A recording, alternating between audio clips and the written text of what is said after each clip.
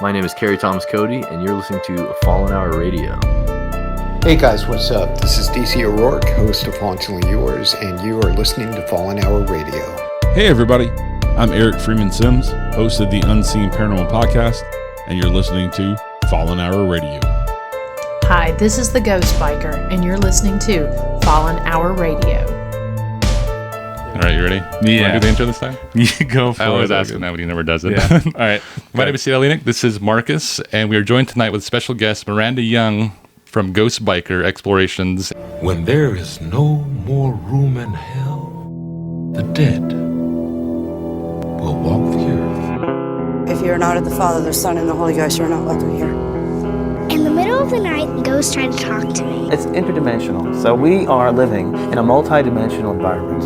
He's bending down, doing something. He says he sees a shadow. He turns around and there's nobody there. The power of Christ compels you. I want you to tell me whether you remember what happened to you when you died. I went blind, then I had an hemorrhage, and I fell asleep, and I died in a chair in the corner downstairs. How come we kill you, Bill? Spider-Man, God.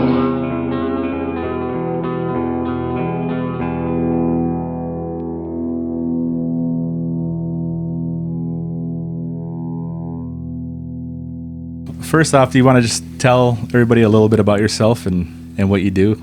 Sure, yes. So my name is Miranda Young, and I'm better known as the Ghost Biker. I travel around the country on my Harley-Davidson motorcycle to different haunted and historic locations, and I highlight them on my web series, Ghost Biker Explorations.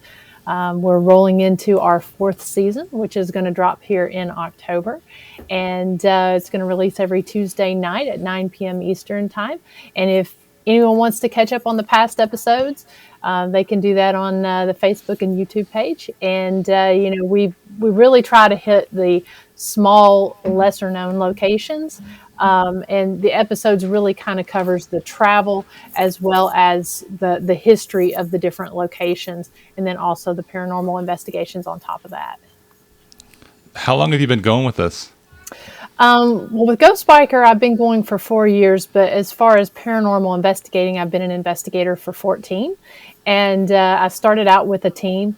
They actually approached me because of my background in photography. I'm a graphic designer, marketing professional, and a photographer. And so I had been approached by a guy that I worked with. I didn't know he was on a team. And he approached me to look at some photography. And essentially, he really wanted me to look at it to try to debunk or come up with a logical explanation for some of the images that they had captured on some of their investigations.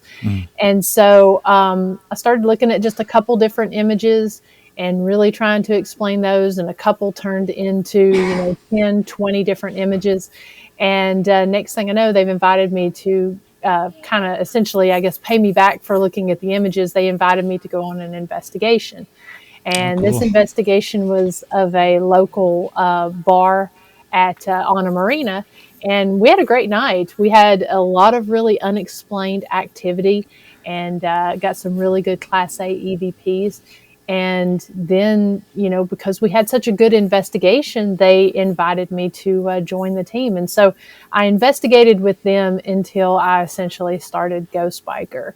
I found that while I was investigating with the team, we would typically investigate at least somewhere once a month, sometimes a couple places, depending on whether we were doing the larger commercial locations or the residential places. I found that I was kind of going out on my own on my motorcycle to various locations. A lot of them were more urbex type places, and taking a lot of photography. And so the photography had gathered a lot of different comments and attention on my social media pages. The places I was going, they were, like I said, most of them were urbex. Or locations that maybe had a really rich history that a lot of people didn't go and visit. And so people were asking questions about whether these locations were haunted and then kind of really what the story behind them were. So I found that I thought, why don't I document these travels rather than just doing it through the photography on social media? Why don't I document it through video? And so I sat down, formulated a marketing plan, and designed my logo and did all of that, and created Ghost Biker. And because I had such a big role on the team of doing their photography and putting their videos out, I stepped away from the team to see where Ghost Biker would go, And just kind of do your own thing. Yeah. It was just something different, and it was really kind of hard to do both. And so I didn't want to leave them hanging, and wanted them to have the opportunity to get someone to fill my role there. And so, I was kind of interested to see where it went. And Ghost Biker took off a whole lot quicker than I thought it would. And, just continually filming and doing events at Harley Davidson's and doing a lot of really cool stuff, and being able to really promote tourism and help in the preservation and restoration of these different locations by doing this. So it really just took a life of its own, and I've been enjoying it ever since. Wow, cool. So let's hear a couple stories of yours if you have any. I want to especially jump into, I guess, your most profound paranormal experience. Sure.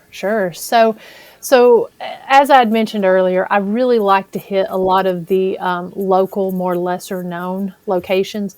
I mean, I've investigated some amazing paranormal hotspots like the Lizzie Borden House and Waverly Hills, the Shining Hotel out in Estes Park. All of those different locations. I mean, they're a lot of fun, but my passion lies with the smaller, lesser known. I always tell people that you can't take a map and close your eyes and touch anywhere on that map and there not be a story associated with wherever you touch on that map. And so probably some of my most profound experiences, I did cover a house in season 2 and season 3 of I think it was the latter episodes of season 1 and the season finale of season 2, known as the Sunset Hill House. And this house was located in Charleston, Tennessee. And it actually started with an investigation of a local legend and a local story that takes place there about a monk who had perished in a train accident. I know this one. Yeah. Yes. I was hoping you're going to tell. I was going to ask you to tell the story, actually. So yes. So he had perished in a train accident in the late 1860s. And it said, the entire community was a very small community. There wasn't a hospital nearby. And so a lot of the homes actually opened up, as well as the depot, for the injured bodies as well as the deceased. The depot was set up as a makeshift morgue. And so during this time, it's believed that there was a monk on this train, and that the doctor had actually taken the monk's body to his home, put the body in a tub, and dissolved the skin from the bones. And so after the doctor, he took a little sabbatical because, there were so many dead bodies in this accident. He actually took a sabbatical for, I think it was around a month to 6 weeks. And when he opened his practice back up, he had a new skeleton hanging in his office. So wow. He thought that the monk wouldn't have any family to come and claim the body, so that's why he ended up taking this monk's body. But we were really lucky because we investigated the train wreck site, and then I was also able to come into contact with a family who owned, I say the alleged tub. They had purchased a tub from the doctor's family at an estate sale. The tub dates back to that same time frame, so it's believed that this is the tub that the doctor used. And so I was at this abandoned home where the tub had been stored. The home had been a rental property, and the last family that they had renting this property, they had gotten to a sort of hoarding type situation. So they kicked the family out. They used the home to store their stuff, and the home had been abandoned for between 10 to 12 years. And so while I was at the property investigating this tub, I was getting so much activity coming from the level of the house was a split level. And so I was getting so much activity coming from this second level of the house. And it ended up turning into a year-long investigation for us. Wow. a case study, if you will, where I was able to go into the home about any time I wanted to and experiment and try different things. And so I was able to highlight all of this on the series. I highlighted the story with the monk. But whenever we were filming B-roll and everything, I mean, we couldn't really get a minute to film because something would happen upstairs, whether it would be the sound of something being dragged across the floor, disembodied voices. We took a REM pod up there, and it was setting our REM pod off, different alarming devices it was setting off. And so it was always like during the times when you're not trying to catch something, you were actually catching things. Absolutely. Absolutely. So we didn't know at that time if it was coming from the home or if we were getting some type of activity coming from the tub that had just sort of expanded into the home.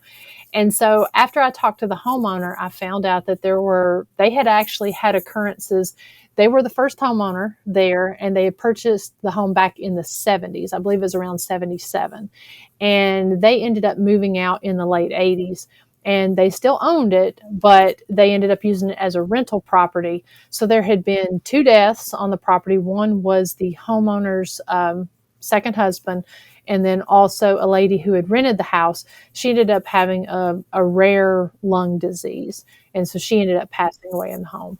But they had had activity since they purchased the house in the 70s, and some of it had stemmed from a Ouija board where the young daughters had used that, and it wasn't disposed of properly, which we believe was part of the issue.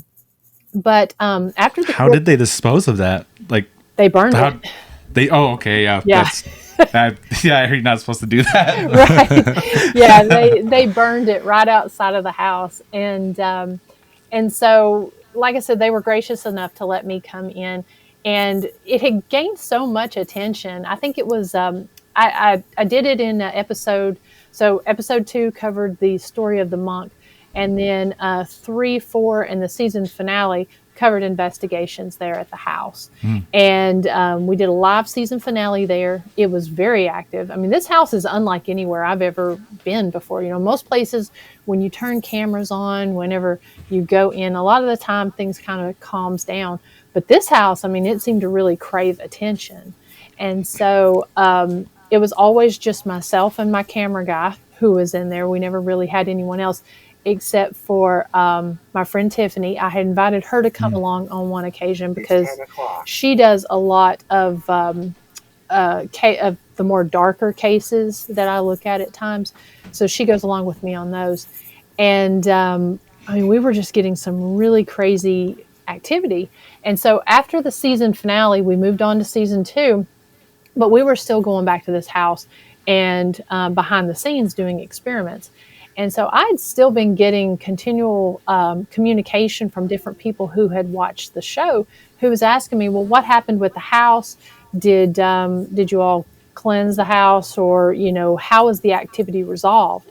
Mm-hmm. And so I decided to do a live from there and have the people reach out to me with questions that they had, pre-record these questions, and then do the live and leave cameras and trigger items throughout the house overnight.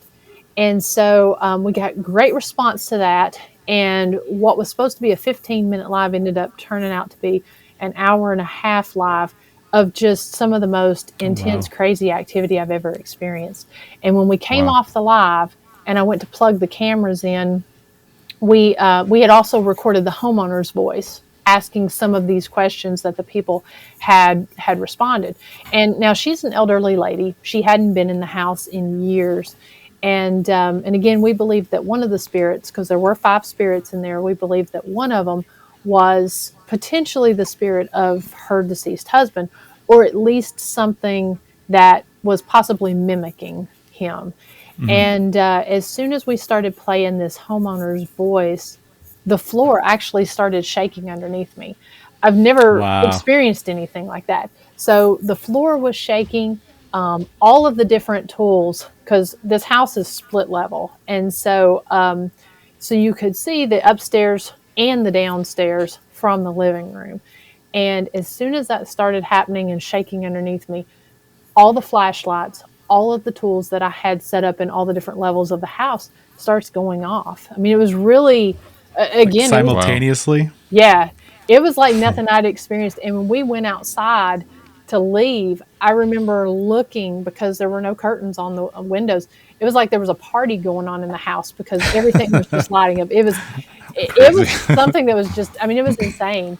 And so that's like every paranormal investigator's dream right there, is for something like that to actually have like that big. Right. Yeah, I can only imagine. This location honestly really spoiled me because, a lot of the time, you go in and it's kind of hit or miss. You never know if it's going to be your night.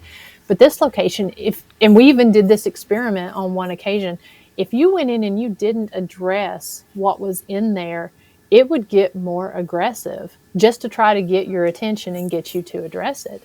And so, I mean, it got real intense. And after about, I guess it was about 9 months of doing this, the homeowner, some of her family members were looking to move in. And so she was looking to remodel the house. And so she approached me and asked if I would cleanse the house, which that's not something I do. I don't cleanse. I don't cross over. Essentially what I do is if somebody contacts me to come check their house out, I come in and try to either debunk or try to get answers for what they may be experiencing. And then if they can't coexist or live with what's going on, I put them in contact with somebody else that has experience with that. And I had just happened to meet Leon Wilkes, who's a demonologist, at a convention that I'd been at a few months earlier. So I reached out to him, and he kind of has a really cool background. He was trained by Dave Considine, who was trained by Ed and Lorraine Warren. And so, yeah, and he's one of the few. I think Ed trained or had directly under him just a very few people. Dave was one of those few, and Dave trained Leon. So I gave the case over to Leon to review to see what he thought.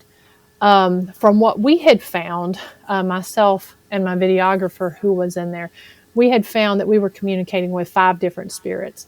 2 of them seemed to be more on the negative side and more aggressive. And then the others, they just seemed to be just spirits who were potentially being oppressed or held down by the 2 darker entities. I don't know how dark those are. I'm not one to go in and claim demons or anything like that. It doesn't happen on as much of an occasion as what TV would lead you to think. It does happen. And these were, I'll just say, more aggressive. And so Leon felt that it was a case worth taking on. So he and one of his partners that he works with, they came up, and we were actually really lucky enough to be able to include this in an episode. It was the season 2 finale. They actually let us film the home exorcism, which is something that a lot of demonologists won't do. But we were actually able to go in, film the we called it a home liberation, and we were able to put out tools and equipment. And I mean, it was wild. I've never experienced anything like it before, so I really didn't know what we were getting into. But we captured some really crazy voices and things when he was in there doing the minor rites of exorcism. We were capturing these voices that were, really calling out some pretty nasty things. And these were voices that weren't aided by any type of ITC or any type of devices. These were just straight up EVPs that were speaking out in a mocking manner. And we even had the floor catch on fire with us, which was pretty crazy. Yeah. So it was really interesting to watch this case go from a story about a local legend to a sort of a home residential case, and then also on to something to be able to see the resolution of it, because it took us about 10 hours. And to this day, the family, they've gone in, the house has been remodeled, And it's like a completely different house. I mean, there's nothing in there. It's kind of different to see too, is having someone record or investigate while in like an exorcism is happening. And I know it's something that nobody really wants to talk about, whether that's like what's happening with the exorcisms. They don't like talking about it, or they kind of keep it hush hush of what happens inside of those rooms. Yeah, and we had to be, like I said, I was really surprised he let us film and let us showcase it. We had to be very careful about how we showed it. We wanted to show it in a way where we showed what was happening, but not get into all the, fine details of what he's doing. And he was really pleased with how it was edited and put together. Because like I said, it was a 10-hour process. And you can that really is pretty long. Yeah, you can see throughout the episode how it just sort of weighs on us. And you always have to have a sign of departure when they're doing what they're doing. And it can be something as subtle as like just a little click, or it can be something as dramatic as the wall falling down. I mean, it can be pretty dramatic. And we had a couple, when we were looking for that sign of departure and they were calling it out, it was actually happening. And which was, like I said, amazing to me to be able to experience that. And just very gracious that he allowed us to be able to showcase it as well. So is that the only exorcism you've ever been like kind of a part of? It is. Or have you? It is? Okay. It is. Yeah. I had never, I'm not Catholic for one thing. And, so it's something that, I didn't really know what to expect, what you see on TV. But it was a very, very different and interesting experience. We've grown up in that element of being in the room while these things are happening, like exorcisms and. We never actually called them exorcism. We just like basically casting, whatever it was that's in them out. But I can understand like that feeling of like, oh my God, what's happening right now, because that's how I was the first time I was ever in the room when something like that was happening. And I think in a way it could be important for someone to showcase something like that happening. Yeah. And showing how real it is, you know. Yeah, exactly. I mean, we had some strange things happen leading up. My videographer is actually he's not with me anymore, but during those first 2 seasons, my videographer is actually a popular Christian music artist. And so again, we didn't really know what to expect. We're both of the Christian faith, but we asked the demonologist what exactly we needed to do beforehand, because he told us what he was going to do. And he said, make sure you're prayed up. And he said, if you choose to fast beforehand, that's fine as well. And so both myself and my videographer were at our respective jobs the day before we were supposed to go in. And, I was director of marketing for a pretty big company, but I didn't have a published direct line at the time. So you had to know my number to get in. And my secretary got a call, and she forwarded the call on through, and it said on it, it was just like a recording that came through, and it was from the National Center of Prayer. And it said, if you feel that you are in urgent need of prayer, please press, 1 or whatever now, and it will take you to one people. And of course, there was a voicemail that went through and never even rang on my dial. So all of a sudden I see I have this voicemail. I check it, and I'm like, well, now that's weird. And like, that can't be just a coincidence. No. Yeah.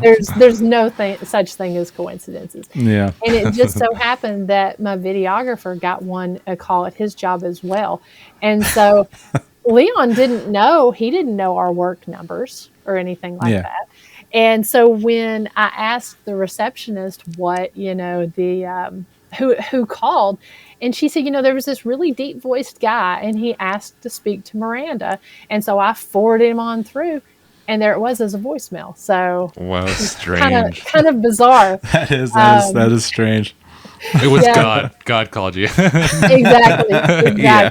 But no, it was really a true honor to be able to actually capture that. And he went back and watched it. We're actually, he and I are both speaking on it next weekend, the first weekend in October in Las Cruces about the experience. I'm going to talk about it from the conception of it, and then he's going to talk about where he picked up on it from the exorcism or the home liberation point of view. And that's really cool. It was really interesting. And he had said he had never had anyone go through with equipment while he was doing that. I think we had an SLS camera. Of course, we had flashlights, REM pod. But to me, it was those voices that we were able to just pull out of the air that I thought was very interesting and intriguing, because like when he was saying the rites, we would have stuff that was essentially mocking God and really mocking him. And it was, you really realize just how real the things you're dealing with when that happens. And as cool as that house was, and as intriguing as a case as it was, I'm really glad it was over, because for me personally, I found that I was almost getting obsessed with going there and trying to, because they were so interactive. Yeah, it's a pretty common thing, actually. Like you start kind of gaining an obsession with that kind of thing and want to keep going back for more. Like it's drawing you in a way. Yeah, absolutely. Yeah. And I was to the point, I was going to even try sleeping there a couple times, having the recorders and stuff going. Yeah, just different things to try to see what activity. And it was really getting dangerous when you start looking at the different things that we were capturing. It was very familiar with me. Very few places call me by my name, and I would go in and I would get things that would tell me I was going to die, and tell me, just calling me out and saying just really awful things. And like I said, just they were just wanting the interaction. So I'm really glad to see that case come to an end. And we may put it out as a documentary at some point, just because it did consume so much time and so much of the first 2 seasons. That would be really cool, actually. Yeah, we have a lot. I definitely watched it, yeah. Oh, well, thank you. Yeah, we definitely have a lot of behind the scenes stuff, that we haven't shown to people, because it, like I said there in the beginning, for me, a lot of it is telling the history and telling the story. I do love an interesting dark case, and a lot of the time, if I have the opportunity in each season, I will try to visit at least one location that has sort of a dark history or a dark story to it. But for me, for the most part, that's not really what I go seeking out and looking for. And so it was just really something different than what we've covered in other seasons. And it would be cool to show just everything that went into this. And so that may be something that comes out during season 5. That'd be really awesome. I was trying to have him fix our camera because it's all bright as hell. And I think I know. Maybe cut a light or so. It'd probably be fine. I had this camera set up, and we had to replug it in. Now we're all white as hell looking. Yeah. It's okay though. Now you have some really interesting techniques that you use. You should have done that a long time ago. Yeah, but what you use smoke bombs, right?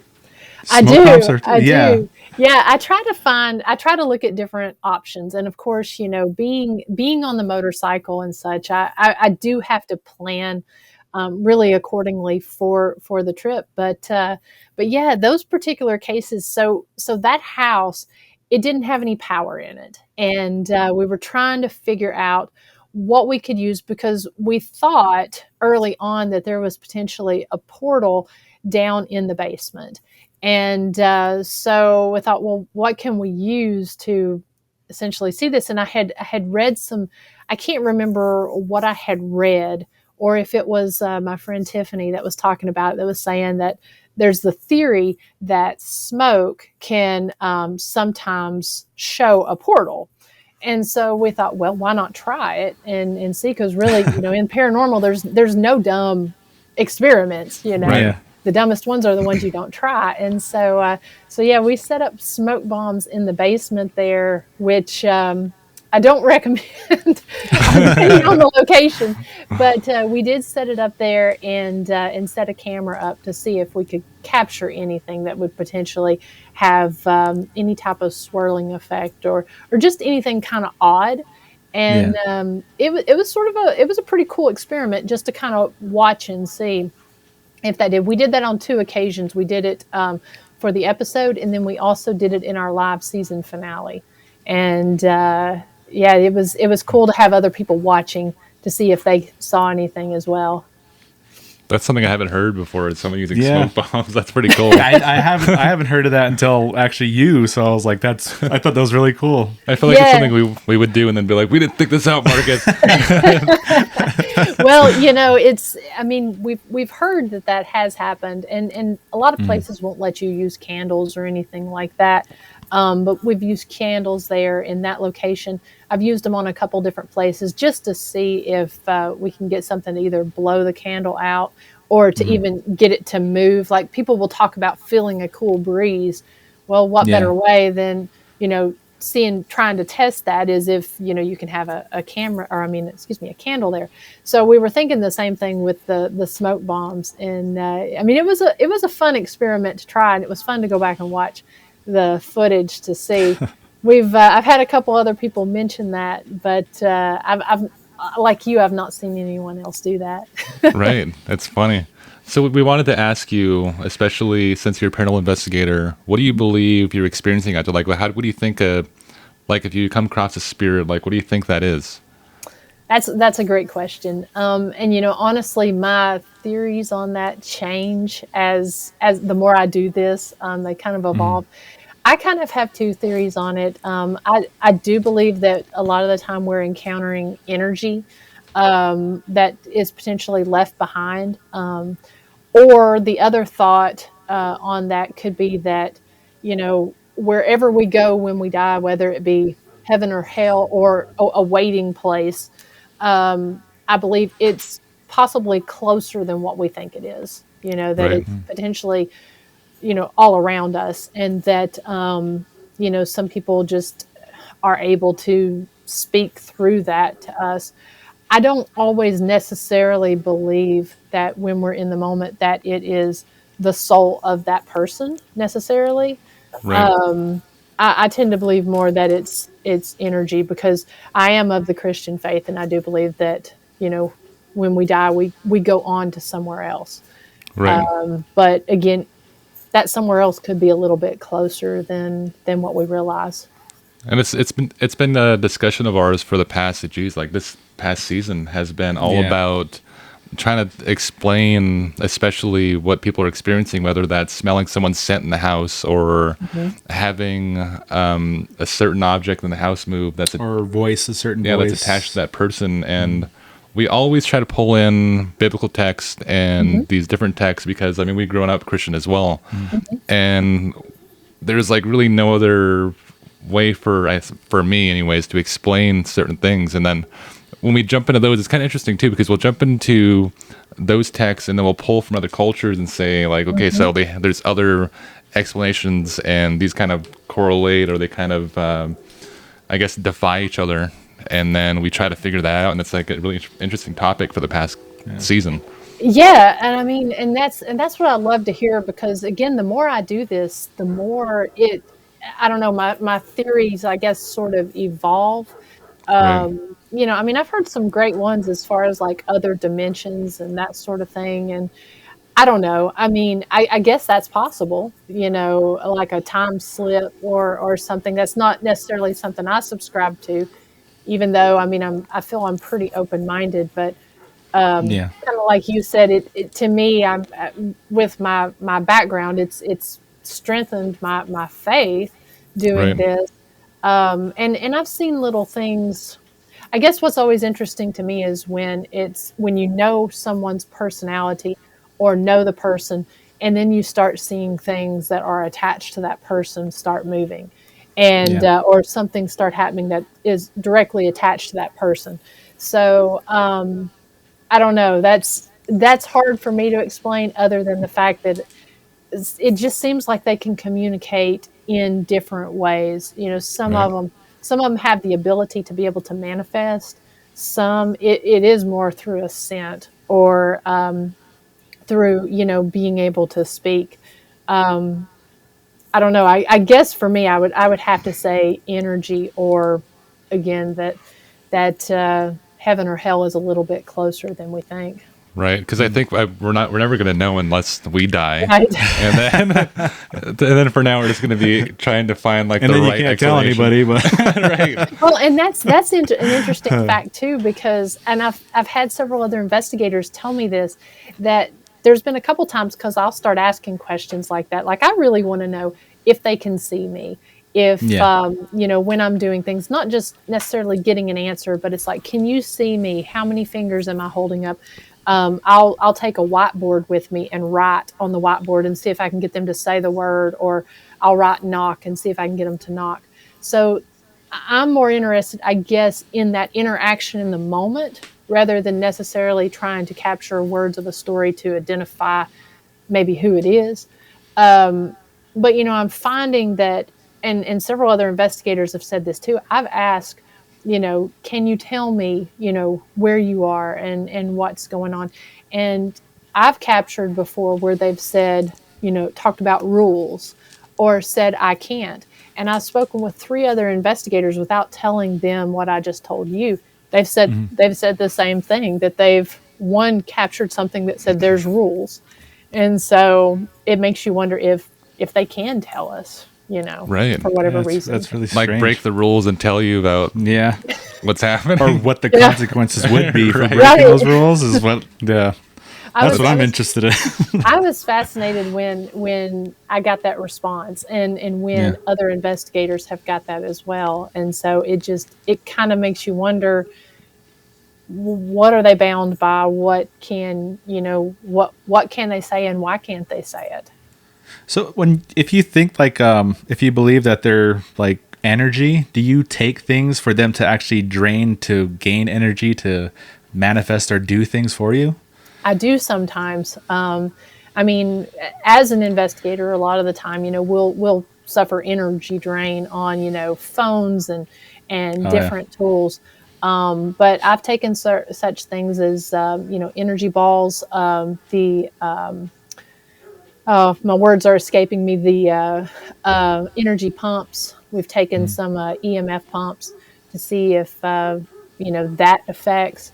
And then sometimes it just seems like on our own bodies we'll have energy drain as well. Right. And honestly, that's why I like using the dowsing rods for that reason, because you do use yourself, and you don't have to worry about the intense battery drain of the different tools. And they are a familiar tool to a lot of the spirits that we're talking to, at least over here in the Southeast. A lot of people have used those. So, but yeah, I always try to take different trigger items and then different items that could also be used as an energy pump or energy drainer. Wow. Okay. Yeah, because we've experienced that quite a bit too, like our cameras and phones and stuff just draining, and then something would happen. Like there was once where actually the person that's behind the camera, he was trying to get our equipment going, and everything was going wrong, and then a shot glass flipped out of the dish strainer, and that whole night was just so freaking creepy. It was funny. We didn't even want to record. Like, it's always with a certain subject we get into. It's stuff like that happens, and it's just wow, man. It was kind of a strange night too, because before we bought up like all this new equipment, then we had to use these computers to record our podcasts, and it was funny because we were having the same issues on my computer, and then your computer, and then Aaron's computer, his computer, and then there was like weird delay, and like our voices are going deeper. I think it was that night. My brother, he lives upstairs. The only person that lives upstairs, it's a duplex, and he was at work, and there was a woman crying upstairs, with Oh, wow. nobody up there. And that happened more than once. Like, Yeah, it's so often that we have to call him and say, hey, are you home? And he says, no, I'm not here, and oh, it's happening again. And we hear like people running around, and It's creepy. It gets pretty gross in this house. It's like it's like every time we have a subject, then we experience something along the lines of what we're talking about in that for the topic. It kind of starts manifesting on its own. Like we were talking about, we're going to do a La Llorona podcast, and me and my wife experienced a girl crying outside, and it was actually that's what inspired that next subject, because we were trying to like think of what was going to happen, and that I think it was the night before or after I was asleep. I used to live out of town and literally in the middle of nowhere, nothing but fields around me, and nobody knew where I lived because I recently just moved there. And I had the window open and I was sleeping, and right outside the window somebody was crying and started calling my name.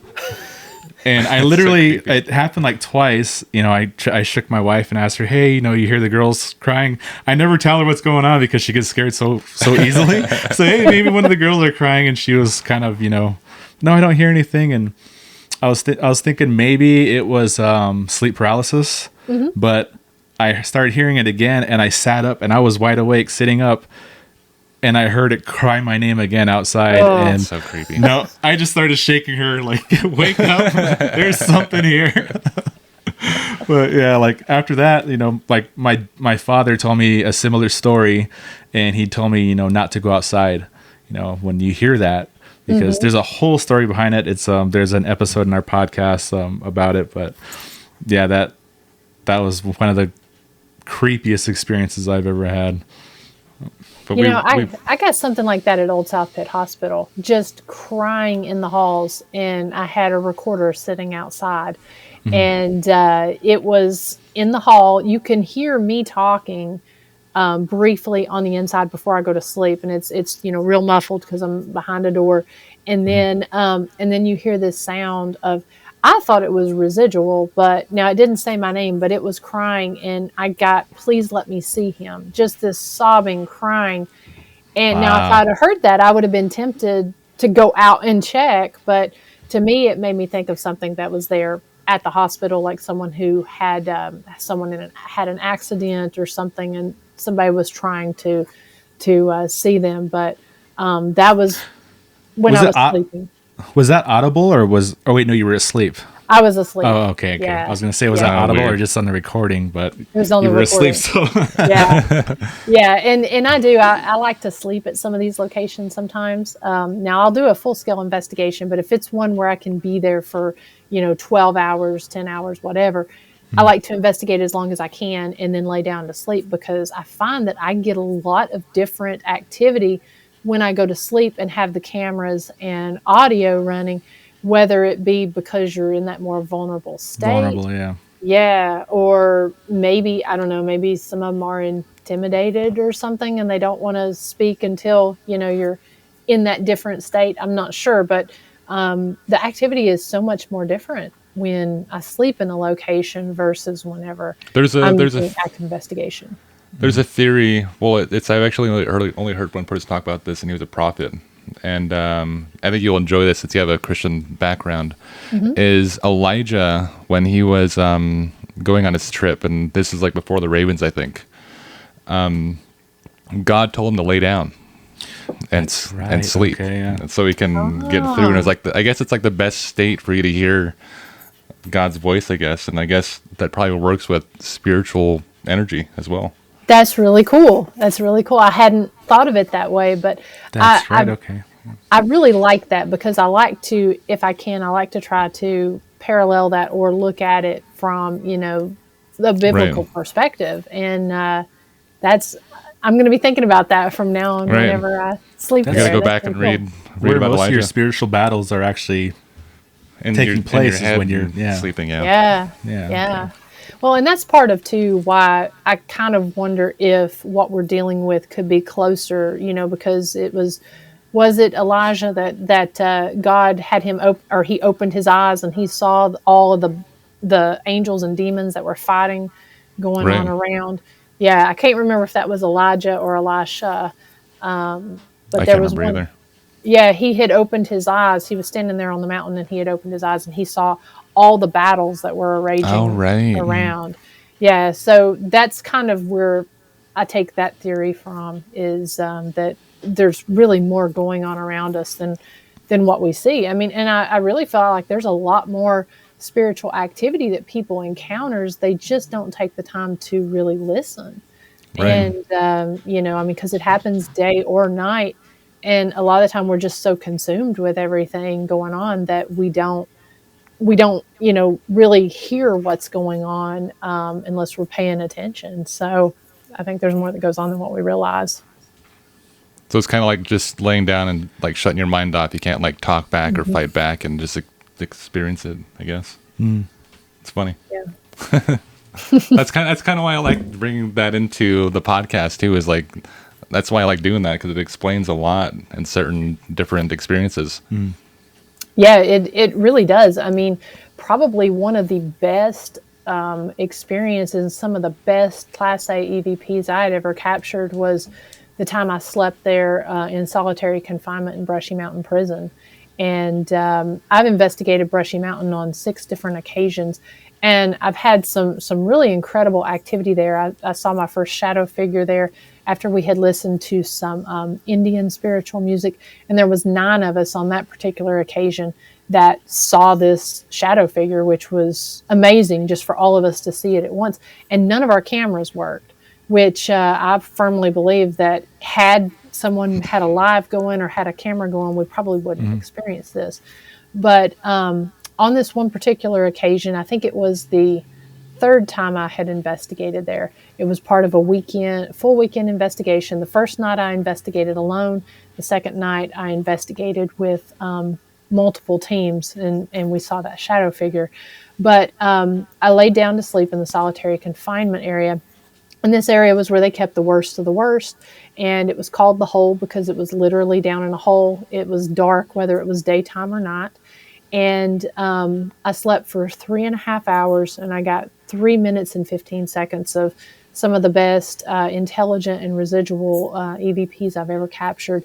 Everything from heavy footsteps walking through the hall to something that came up to my cell door and whispered "night night" to me. Wow. God. Yeah, it was as clear as can be. And I slept the best I've ever slept. I hit the bed and I was out.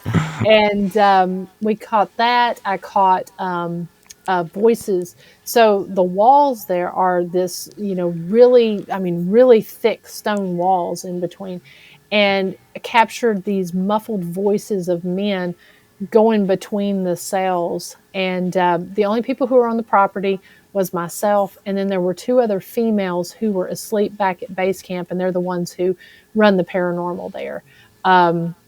Brushy Mountain is now open as a tourist attraction. They also have a distillery in there.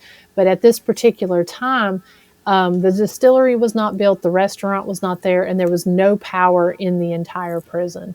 Wow. You've got the walls that go around, and then the prison complex inside the walls. And the hole is actually its own little complex behind the wall there. And so laundry is up on the level above, and the wood shop is to the level beside of the cells there. And I captured what sounded like the laundry door opening and laundry running. And again, there was no power there. So, you know, yeah, that's strange. Wow. Yeah, I believe that was residual. And then the other really weird thing that night that I captured was what sounded like something bouncing a ball from like a little rubber ball from the cell to the wall. And it was just this continual sound, repetitive sound that went for 5 minutes and like 15 seconds back and forth. And after I talked to and I just thought it sounded like a ball. And so I was talking to a security guard, a former prison guard, and he said that during that time, during the late 70s, early 80s, that was something that they would actually give prisoners because it was something that they couldn't easily fashion into some type of shank and use. So it was not uncommon for prisoners to have little rubber balls. So wow. Yeah. That's like the one thing that always kind of racks my brain is like all the residual things that happen, like replaying over and over, and like the whole stone tape theory and everything. That's what kind of really, really racks my brain. Like, I don't understand that, like how that works, but right. That's what gets me. I mean, everything else, like the more intelligent, entities and stuff like that, spirits, that is more tangible, and I can fathom that. I know is real, but the whole residual thing, that just confuses me how that works. Like, I mean, I know I've seen a lot of evidence on it and everything, and I believe it's really happening and it's out there, but it's just how it works is what gets me. I don't understand. That's what I don't understand. Right. And I think there's a fine line too, because so if we're using trigger items, then it seems like if you trigger something, it seems like it would be intelligent at that point. Yeah. But we've found sometimes, and I kind of question if it's intelligent or residual, to use certain trigger items to trigger a residual, if that makes sense. Funny, sometimes it's kind of hard. It seems like it would have to be intelligent to trigger it, but I don't know. We've had that happen where, it's kind of hard to distinguish.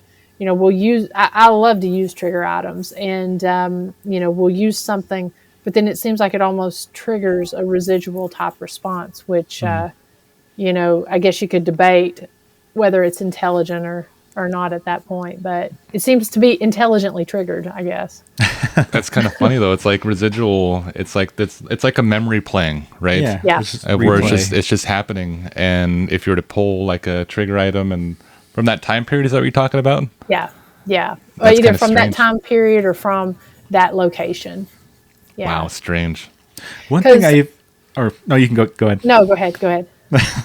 One thing I've heard was it's almost like stone tape theory, but it's not like a residual replay of something going, but actual noises and sounds from radio waves playing in the walls and stuff like that. I didn't know that was a possibility till I was listening to I think it was Darren Marlar who was talking about it on one of his shows, but somebody recognized his voice, and they had no power in the house, I believe, and they actually, you can hear it. They videotaped it, and you can hear his voice in there. And it's literally Darren Marlar. Like he's alive.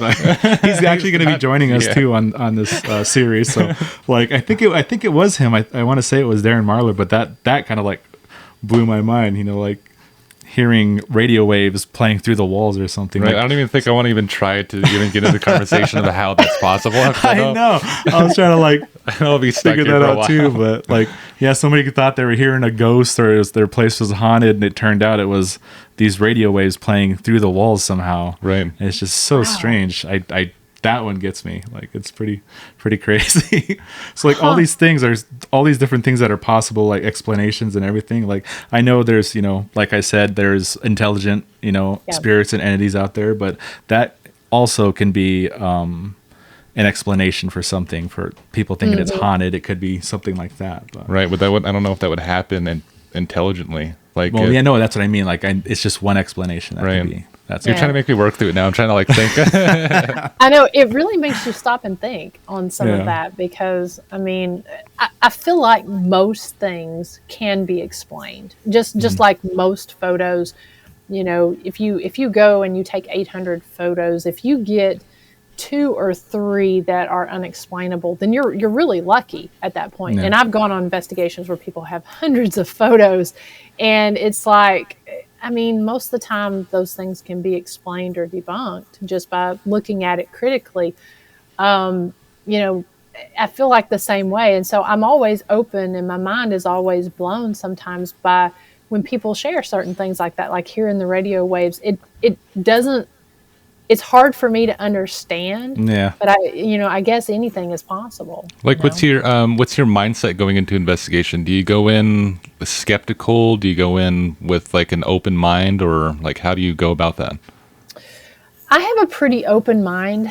I mean, I would definitely call myself, I don't want to say a skeptical believer, but I definitely go in trying to find a logical explanation, but also thinking anything is possible. And so when something happens, I do try to recreate the situation if possible. Like when I first go in, I always try to take a ton of pictures during the daylight and in a more relaxed setting, so that I'm not in there in like a, in the heat of the moment, things look different, shadows look different. It's hard. I mean, the human mind is not good as a witness, to be able to say how things are in a room. And so, so I always try to go in and document as much as I can just for that purpose, so that if when I'm filming or actually investigating, if I see something, I can go back and reference. And then also really I try to really account for outside noise I try to cover, I have a lot of cameras, so I try to cover doorways, I try to cover outside, I try to kind of see how things are just to account for, I guess the obvious stuff, of any type of noise or light contamination. Right. So for me, I go in with anything as possible, but that, try not to get too wrapped up in it just because you never know, but really kind of look at it and see if I can find a logical explanation. And sometimes I can't. Not that I know it all, because I don't, but, right. I try to see if I can find an explanation for it. And I'll tell you, something, and it's something that I do. I haven't done on any of my episodes yet, because for me, it's more of a special type experience at these locations. But I am an artist, and so a lot of the time I draw the different locations before I go. I draw a lot of buildings, and so sometimes when I'm in a location, if you've got like a white noise maker going, or just kind of sitting there trying to listen, I always try to, sometimes I feel like I can I'll see certain things. I mean, I am not psychic. I'm not an empath or anything like that. But I can sometimes see, when I'm in the moment, certain things, see kind of like features and such. And so I thought that since I can draw, I thought, why don't I sit down and try drawing what I'm doing or what I'm seeing, and see if I can match it up. And so, I always, when I started experimenting with this, I would always kind of have a conversation with the spirits in the room or anyone that was in there, and tell them what I was trying to do. So I kind of liken it to automatic writing, but it's a drawing thing. And so I was up at Octagon Hall in Franklin, Kentucky, and I was sitting there drawing, and I had a REM pod, a couple K2 meters, an EDI box, and I did not have an SB7. I believe those were the flashlights. Flashlights were what I had as well. And so I had everything kind of sitting up in that room, and I was in the summer kitchen where the slaves would typically cook. And so I said, I want to try to draw something that's recognizable. So if you can give me some features, that's what I want to try to do. And so I started seeing these different things like high cheekbones, kind eyes. And when I would see it, I would ask on the meters, I would say, I'm seeing, these high cheekbones. If you have high cheekbones, can you light up one of the meters?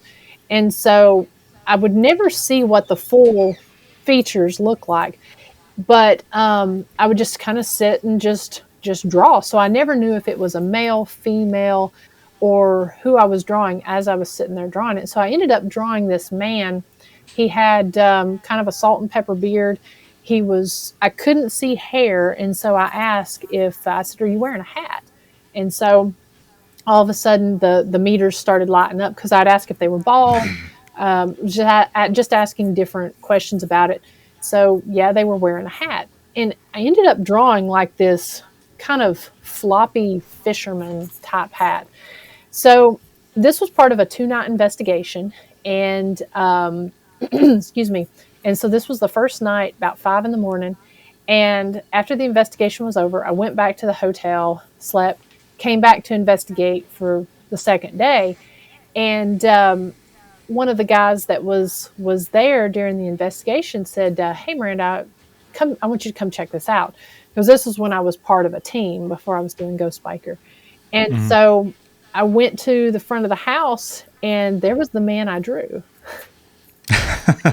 Wow. Yeah. And so come to find out, he was alive. He was alive. Yeah.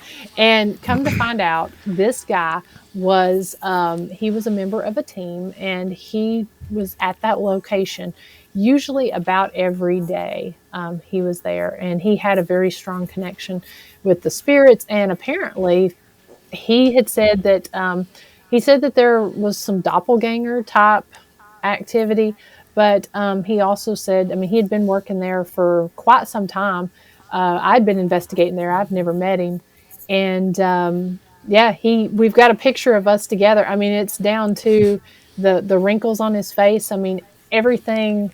Wow. And he was wearing that same hat, so it was pretty wild. And I've been able to match up on. I've done this 5 times, and I've been able to match up on 3 different occasions. Wow. The other time was at a church, and the pastor had us come in. We'd done the investigation, and so I asked the pastor, I said, why don't you get up and preach a sermon, just a little quick sermon. He got up, started preaching, and I always do these drawings in the dark. And so I was sitting there doing this drawing, and in my mind, I thought I was going to be drawing this man. I actually ended up drawing a little boy. And when I showed it to the pastor, he knew exactly. Him and the secretary were the ones that were there. And so they actually took me across the street, and we matched up the picture on the tombstone. The boy was a boy who had gone to that church, and he had actually passed away in a 4-wheeler accident. He crashed head on with another 4-wheeler.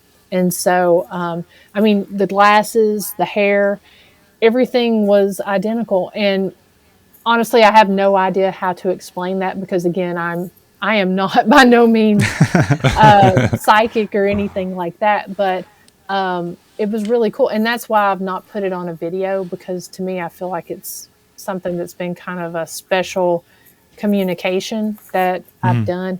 I have spoken about it on several different occasions, but it really kind of freaked me out when it happened. And then to have actually been able to meet someone that was alive, and so I really can't explain it other than the fact that maybe the spirits that were in the room, because they have such a connection with this guy, Barry Gaunt is his name, that they had a connection with him, that maybe they described him rather than someone who had passed on. I really don't know.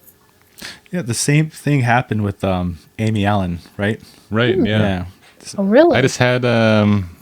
Is this what you're talking about, Aaron? What she's talking about experiencing is remote viewing. Yeah, remote viewing. Okay, so we had. Okay. He just sent me a text message and was saying this is probably what you're experiencing. It's remote viewing. So, remote viewing is a practice of seeking impressions about a distant or unseen target. Sensing with the mind. Remote viewing experiments have historically been criticized a lack of proper controls repeatedly. Probably like sketching and stuff. So what it is? Yeah, a lot of times they'll listen to like white noise and sketch stuff, and the government actually used it to try to catch terrorists at one time. Oh, really? Fun! Oh, I've heard about this. Wow. Yeah. See, I haven't heard about that. That's really cool. See, Aaron's helpful back there. I know. I saw him like flash something at me. I was trying to read it. I'll send you guys. His phone was moving. I'll send you the picture that I did. The Barry, I've published that. I have not published the young kid because, but I'll send that to you. I haven't published that just because he is, a minor, and the investigation of the church was one of those where we didn't publicize that we were in the church. So, if you're ever open to it, I've been trying to collect things like this. So maybe in the future, if you have something cool that you drawn, absolutely, that'd be awesome to have. Yeah, absolutely. Gaining a collection. Yeah, I just picked up an artifact from a archaeologist, and it's a little like a mummy figure that was inside a pharaoh. I think like a pharaoh that was in a tomb down there somewhere, and it was taken out from grave robbers or something, and then they ended up. I don't know. I think he found it or something. I don't know. Yeah, in Egypt. Yeah, but creepy item. Very cool. But that's awesome. It's kind of cool to see that Are you developing that gift? Like, is it something you're working on developing, or is? Yeah, I'm trying to, because like I said, I wasn't really sure how to use it, because it kind of started with, let me see what I can do, because it always happens usually when I'm listening to some type of white noise or really just trying to sit silently doing EVPs. I'll just kind of start to, I thought I was starting to fall asleep is what I thought was, because it's just, almost going into a trance. And I would just kind of start to see little things. And so I thought, well, I mean, I've always been an artist. So it's like, I mean, why don't I try drawing what I see? But then it really turned into, because I don't see full feet. I mean, a full person. If at that point, it really just starts with revealing just small pieces.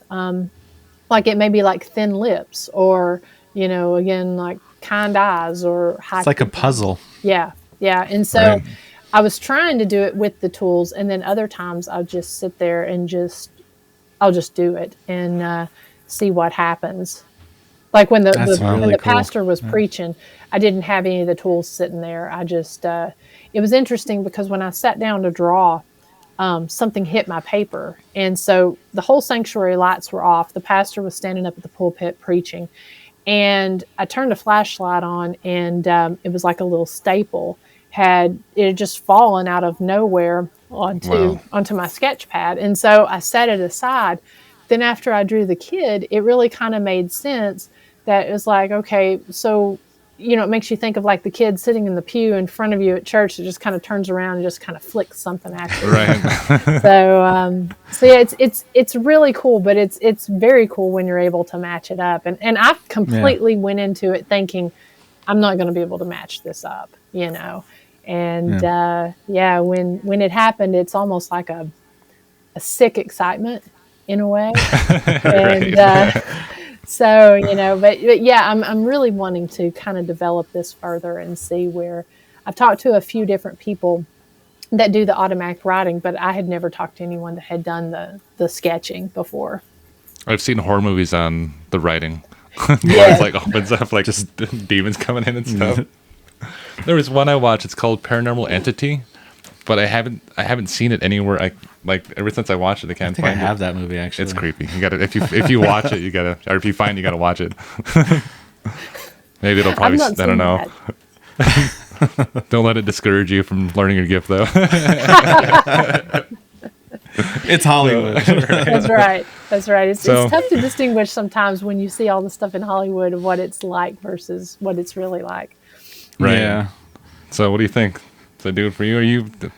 That's been about an hour now. So, and I don't want to hold you too long. So, well, I appreciate that. Yeah, I've got. I'm working on season 4, so I've got to get back to editing. Yeah, trying to. Can we get you back later in October, or maybe? Sure. Because I think I'd want to redo this with better lighting than that. Sure. Yeah. You let me know, because I told him too. I said that's too much light. No, we need all the light. No, it's the freaking camera. It was so bright. I had the camera set to like auto with like adjust to like the light, but it's stupid. It's a webcam. I kicked. I knew it. I was gonna. You can't even see us. We're just blurred out. Just see eyes.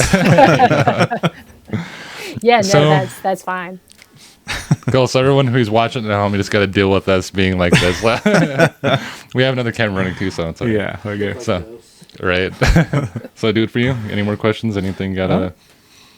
Well, if you're coming back, I mean, I know they're gonna start rolling in.